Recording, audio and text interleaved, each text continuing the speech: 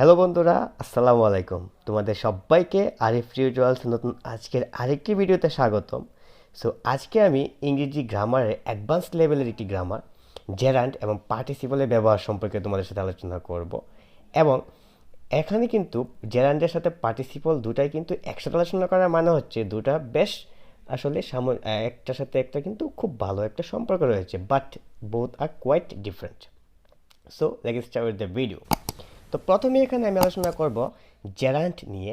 তো জেরান্ড হচ্ছে কি দেখো, মূল ভার্বের সাথে আইএনজি যুক্ত হওয়ার ফলে তা যদি একই সাথে ভার্ব এবং নাউনের কাজ করে তাকে আমরা জেরান্ড বলি। অর্থাৎ মূল ভার্বের সাথে আইএনজি যুক্ত হওয়ার ফলে এটা যদি at the same time verb এবং নাউনের কাজ করে তাকে আমরা বলতে পারি জেরান্ড। তো জেরান্ডের অর্থটা দেখো তাহলে বুঝতে পারবে জিনিসটা, যে ক্রিয়াবাচক বিশেষ্য পদ। ক্রিয়াবাচক বিশেষ্য পদ অর্থাৎ এখানে বিশেষ্য মানে হচ্ছে নাউন, ক্রিয়া মানে হচ্ছে ভার্ব অর্থাৎ ক্রিয়াবাচক বিশেষ্য পদ। তো এক্সাম্পল দুটা দেখো এখানে, floating on the water is an enjoyable game. অর্থাৎ পানিতে ভাসা হচ্ছে একটা আনন্দদায়ক বা উপভোগ্য একটা খেলা।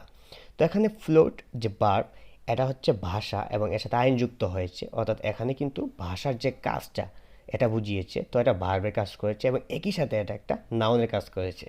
সো এটা কিন্তু জেরান্ড। আবার দেখো আরেকটা উদাহরণ, playing is a good exercise. Playing is a good exercise অর্থাৎ খেলাধুলা হচ্ছে একটা ভালো ব্যায়াম।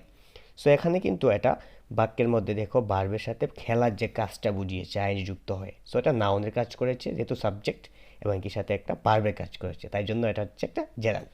তো এখন আমরা জানবো জেরান্ডের ব্যবহার। দেখো প্রথমত জেরান্ড বাক্যে কীরকম ব্যবহার হতে পারে। এক নম্বর, সেন্টেন্সে ভার্বের সাবজেক্ট রূপে জেরান্ড ব্যবহৃত হতে পারে। যেমন উদাহরণ কিন্তু উপরে দুটাই কিন্তু দেখো, এখানে বাক্যের মধ্যে এটা সাবজেক্ট হিসেবে ব্যবহৃত হয়েছে বাক্যে, এটা একটা জেরান্ড। তারপর দেখো 2 নাম্বার, সেন্টেন্সে ভার্বের অবজেক্ট রূপে জেরান্ড ব্যবহৃত হতে পারে। তো অবজেক্ট রূপে ব্যবহৃত হতে পারে কীরকম, দেখো এখানে এরকম যে I love speaking English. I love speaking English. তো এখানে যে ভার্ব লাভ, এই ভার্বের অবজেক্ট রূপে কিন্তু এখানে স্পিকিং বসেছে, স্পিকিং ইংলিশ।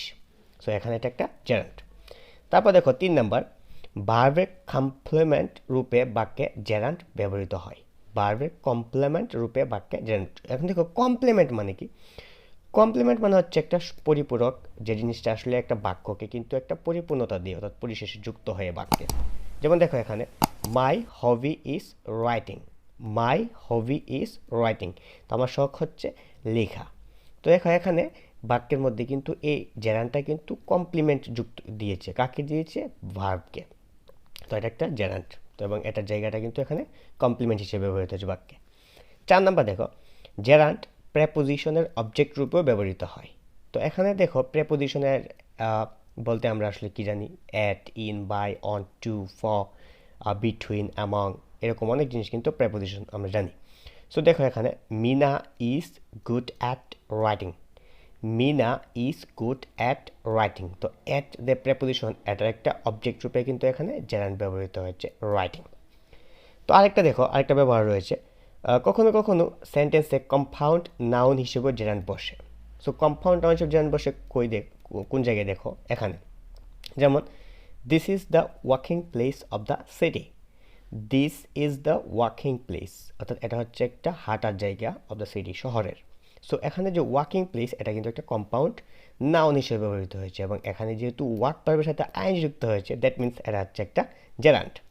তো এই হচ্ছে আসলে জেরান্ডের বেসিক যে আসলে ব্যবহারগুলো। এখন আমরা জানবো পার্টিসিপল, এবং পার্টিসিপল জানার সাথে সাথে কিন্তু তুমি জেরান্ডটা আরও একটু বেশি সহজ করে তোমার কাছে তুমি নিতে পারো। দেখো পার্টিসিপল কি। পার্টিসিপল হচ্ছে সেন্টেন্সে ভার্বের যে ফর্ম আসলে একই সাথে ভার্ব এবং অ্যাডজেক্টিভের কাজ করে।